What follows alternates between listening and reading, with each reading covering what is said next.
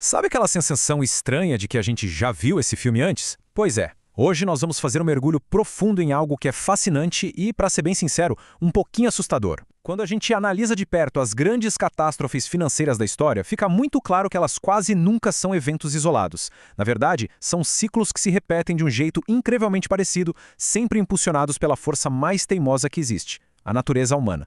O jornalista Andrew Ross Sorkin, pesquisando a Grande Depressão, encontrou paralelos assustadores entre os excessos de um século atrás e exatamente o cenário econômico que a gente está vivendo agora. Então, vamos destrinchar essa história. Para entender o que está acontecendo hoje, a gente precisa voltar no tempo, bem na véspera do pior colapso de mercado da era moderna. Imagina a seguinte cena. É a noite de 28 de outubro de 1929. O nosso protagonista aqui é o Charles Mitchell, o famoso Sunshine Charlie, que era simplesmente o presidente do todo-poderoso National City Bank. O cara está correndo pelas escadas da mansão dele na Quinta Avenida em Nova York em pânico absoluto. O banco dele estava no meio de uma mega fusão e ele tinha prometido pagar os investidores usando ações do próprio banco. O grande problema? O preço dessas ações tinha começado a despencar a ladeira abaixo. Num desespero total, o Mitchell começa a injetar a própria fortuna pessoal para comprar as ações e tentar evitar uma crise clássica de liquidez. Porque, se a notícia vazasse, o pânico ia tomar conta das ruas e haveria uma corrida aos bancos no dia seguinte. E o mais maluco dessa noite toda é o contraste da situação. Enquanto o Mitchell tentava apagar esse incêndio nos bastidores e esconder um segredo que podia destruir tudo, ele ainda precisava manter as aparências. Sabe por quê? Porque ele estava dando um jantar chique. E o convidado de honra não era ninguém menos que Winston Churchill. O próprio Churchill tinha visitado a Bolsa de Valores de Nova York naquele exato dia e visto o caos começando a se formar. Durante o jantar, enquanto a economia começava literalmente a derreter do lado de fora, Churchill levanta a taça e faz um brinde que entrou para a história: a todos os meus ex-milionários. Uma frase genial e sombria que marcou o fim de uma era. E é exatamente essa história que nos guia pelos 4 pontos da nossa análise. Primeiro, os ecos da crise de 1929. Depois, a relação entre tecnologia, bolhas e especulação. Em terceiro, o custo da desregulamentação. E, por fim, as lições de gestão de risco. Vamos começar pelo começo. Ecos da crise de 1929. Como o passado serve como um prelúdio.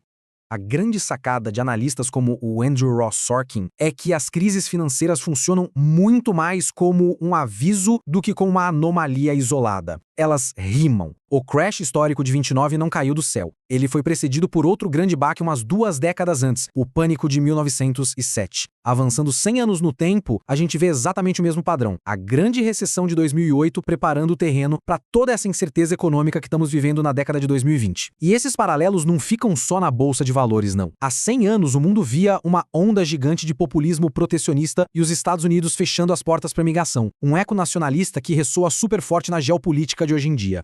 O teatro muda de lugar, mas os personagens parecem os mesmos. Pega o Charlie Mitchell, por exemplo. Ele caiu numa armadilha de liquidez e depois virou o grande vilão público, o rosto da ganância de Wall Street. Isso é praticamente um espelho do que aconteceu com o Dick Fuld no colapso do Lehman Brothers em 2008. Ou até lembra o peso de figuras atuais como Jamie Dimon. Aí temos o John Raskob, um executivo supervisionário da General Motors que popularizou o crédito em massa, se meteu na política e ajudou a construir o Empire State Building. Ele é tipo o ancestral espiritual de magnatas polêmicos da tecnologia de hoje, como Elon Musk. E claro, o senador Carter Glass, que tentou frear a especulação desenfreada da época, servindo de arquétipo para os legisladores de hoje, que tentam colocar algum limite nos excessos do mercado. Avançando para a nossa segunda parte, tecnologia, bolhas e especulação, os motores da euforia de mercado. O que a gente precisa ter em mente é que, por trás de toda grande bolha especulativa, quase sempre existe uma revolução tecnológica real. Historicamente, essas tecnologias emergentes causam um efeito duplo. Elas ameaçam o emprego tradicional e, ao mesmo tempo, geram uma euforia insana nos investimentos. Nos anos 1920, a empolgação e o medo giravam em torno da agricultura industrial e da nova produção em massa. E hoje? Bom, o centro das atenções é a inteligência artificial. A preocupação é a mesma de um século atrás. O medo de que essa revolução crie uma economia dividida, onde um grupo muito pequeno fica absurdamente rico, enquanto a classe trabalhadora perde seus empregos e a sua segurança. E só para dar uma dimensão do tamanho das apostas de hoje, dá uma olhada nesse número: 100 bilhões de dólares. Relatórios recentes mostram que a Nvidia planeja investir até isso na OpenAI. Mas aqui está o detalhe que mostra o nível de loucura do mercado. A OpenAI não tem capital suficiente para comprar todos os chips super avançados de que precisa. Então cria-se uma espécie de acordo circular. O dinheiro do investimento entra na empresa só para ela poder usar essa mesma grana para comprar os equipamentos da própria investidora. É o nível de alavancagem data centers e poder de processamento que faz muita gente se perguntar quando é que essa corda vai arrebentar. E já que tocamos na palavra alavancagem, o ponto nevrálgico de tudo isso é o acesso ao crédito. Lá nos anos 20, com a ajuda do nosso conhecido Charlie Mitchell, o crédito ficou acessível para as massas. Qualquer pessoa, até o comediante Groucho Marx, conseguia entrar numa corretora de esquina e operar com margem. Era o famoso, você dá $1 de entrada e a gente te empresta 10. Quando o mercado despencou, o problema não foi só que as ações perderam valor, mas a montanha de dívidas que ficou pelo caminho. Hoje em dia, a armadilha está no sistema bancário paralelo, o chamado shadow banking, e nas estruturas super complexas das criptomoedas. Nesses ambientes, rastrear quem realmente deve o quê se tornou uma tarefa praticamente impossível. O que nos leva diretamente ao nosso terceiro ponto, o custo da desregulamentação, quando as proteções são removidas. Afinal, o que acontece quando o sistema inteiro decide operar sem freios? Em 1929, a resposta foi um pulo no abismo. Aquele era um mundo de vazio regulatório absoluto.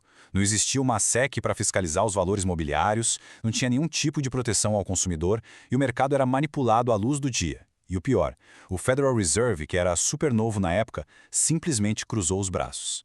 Eles morriam de medo de aumentar a taxa de juros para frear a especulação e acabarem sofrendo uma retaliação política tão forte do Congresso que a instituição inteira fosse extinta.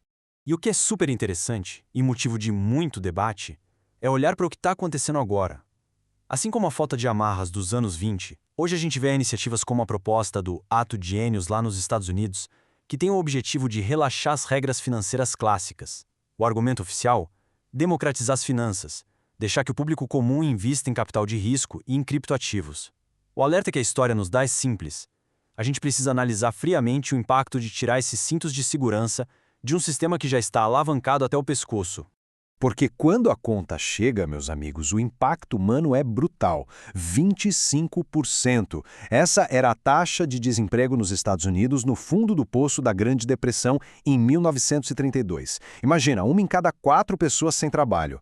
Só para a gente ter uma ideia, depois de todo o choque terrível da crise de 2008, o pico do desemprego foi na faixa dos 11%. Quando essas bolhas estouram sem nenhuma rede de proteção, não é só um gráfico na tela que fica vermelho, é a base da própria sociedade que sofre um baque gigantesco. E finalmente chegamos à nossa última parte. Lições de gestão de risco, sobrevivendo ao ciclo da arrogância. Porque a gente não está aqui só para apontar desastres históricos, né? A gente precisa tirar lições práticas disso tudo. E para entender o risco comportamental, a história do Jesse Livermore é perfeita. Esse foi o cara que percebeu a bolha de 29, apostou pesado contra o mercado agindo nas sombras e saiu do crash lucrando absurdos $100 milhões.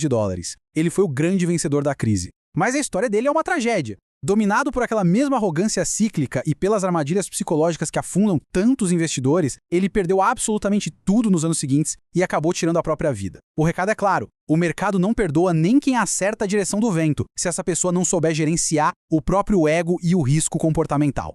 Então, juntando as peças do quebra-cabeça de 1929 e de 2008, a gente tem um mapa muito claro para tentar evitar o próximo colapso. O primeiro passo é monitorar de perto essa dívida escondida no shadow banking e nesses novos ativos de tecnologia. Segundo, ter liquidez. Manter caixas de segurança rigorosos para não cair na mesma armadilha sem saída do Charlie Mitchell. Terceiro, ficar alerta com a arrogância cíclica e não deixar a euforia institucional tomar conta. E quarto, entender de uma vez por todas que regras e proteções regulatórias não são só burocracia chata, elas são os freios que evitam que o carro capote na curva.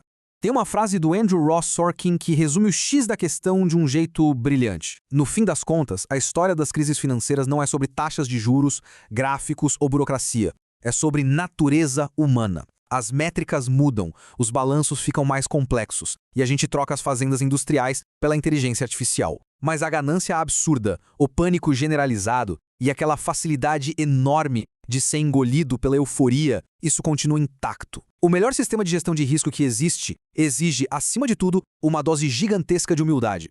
E isso deixa a gente com uma pulga atrás da orelha, um pensamento final quase desconfortável. A gente está se aproximando do aniversário de 100 anos do pior colapso de todos. Com todas essas novas tecnologias, trilhões de dólares alavancados nas sombras e um cenário político fervendo, a pergunta que fica martelando é: será que os mercados de hoje têm maturidade para quebrar esse ciclo de um século? Ou será que um dia seremos nós analisando os destroços da nossa própria década? É algo para se pensar com muito cuidado. Um abraço, continuem questionando tudo e a gente se vê na próxima análise.